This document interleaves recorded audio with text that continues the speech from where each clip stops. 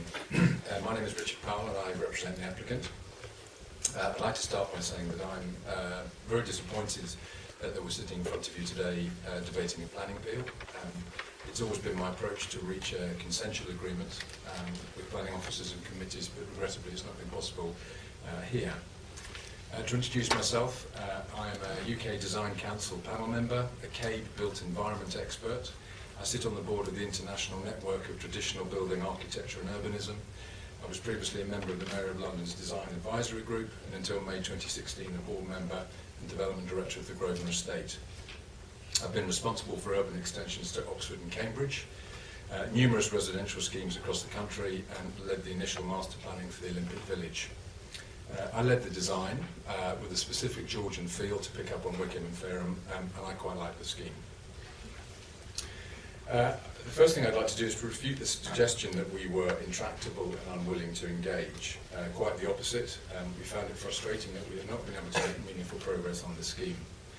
For example, we only received key consultee feedback 2 weeks ago, despite submitting our application in February 2017, over a year ago, it being validated in August last year, and us appealing for non-determination in December last year.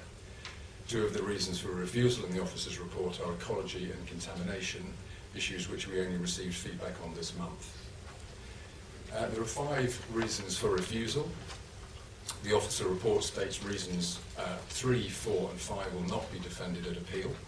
For reason 2, the officer's report fails to make it clear that we are more than contributing our fair share for infrastructure costs and have provided detailed cost breakdowns in exactly the same format as the Council's own Wellborn Infrastructure Delivery Plan. There is no further information we can provide. To be clear, in addition to SIL, we are contributing proportionately over twice the amount to the Wellborn Infrastructure Plan to enable the site to come forward in isolation of Wellborn. We do not want to be beholden to the Buckland programme. Sawmills is 1.2% of the total number of homes to be built at Wellborn, but is contributing 2.94% of the infrastructure costs. Arguably, the only genuine reason for refusal is reason 1, which is design. The master plan was drawn up by MH architects who are directly employed by Fareham for their own residential schemes.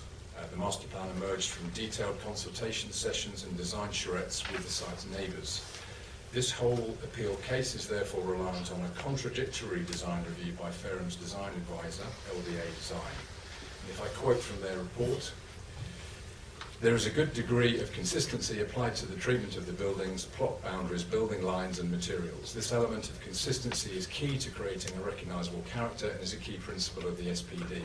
The quality of the materials described and the use of Georgian proportions is executed well could result in a high quality appearance to the scheme.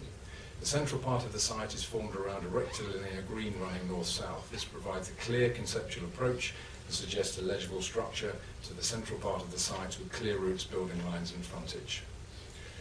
It should be remembered that the Secretary of State has already opined on the scheme through his screening opinion, where he landed very favourably on the applicant's side. He confirms that the site can come forward before the Wellborn delivery. I'm not sure the officer's report accurately reflects the weight the inspector will place on the opinion at appeal.